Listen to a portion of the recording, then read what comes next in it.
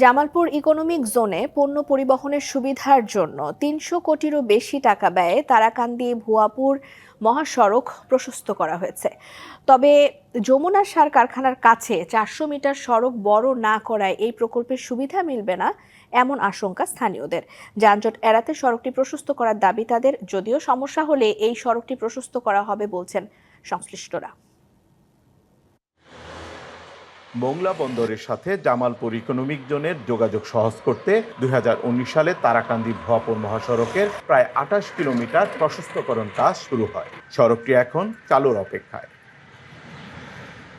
তবে এই প্রকল্প থেকে বাদ পড়ে তারাকান্দির যমুনা সার কারখানার সামনের ৪০০ মিটার অংশ।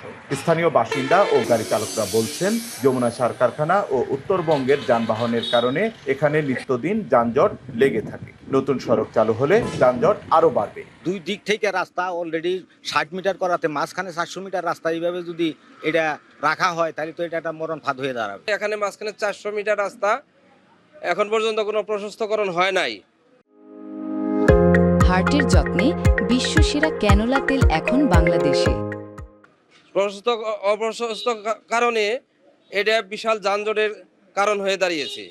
নতুন সড়ক চালু হওয়ার আগেই যমুনা সার কারখানার সামনের ৪০০ মিটার অংশ প্রশস্ত করার দাবি তাদের। স্কুল কলেজ থেকে শুরু করে সর্বপ্রকার কাজে আমাদের বিঘ্নিত হচ্ছে। আমরা চাই খুব দ্রুত এই রাস্তাটুকু জানি প্রশস্ত করা হয়। দুই সাইডে রাস্তা প্রশস্ত হয়েছে, কিন্তু এই ২০-৪০০ মিটার রাস্তা আজও কেন প্রশস্ত করা হচ্ছে না আমরা তা বুঝতে পারি না।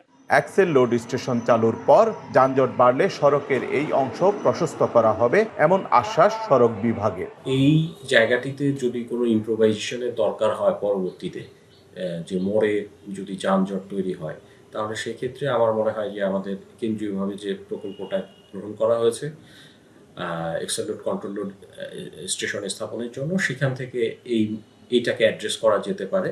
যানজট নিরসনে কার্যকর পদক্ষেপ নিবে সড়ক বিভাগ, এমনটাই প্রত্যাশা স্থানীয়দের। শুভ্র মেহেদি, ডিবিসি নিউজ, জামালপুর।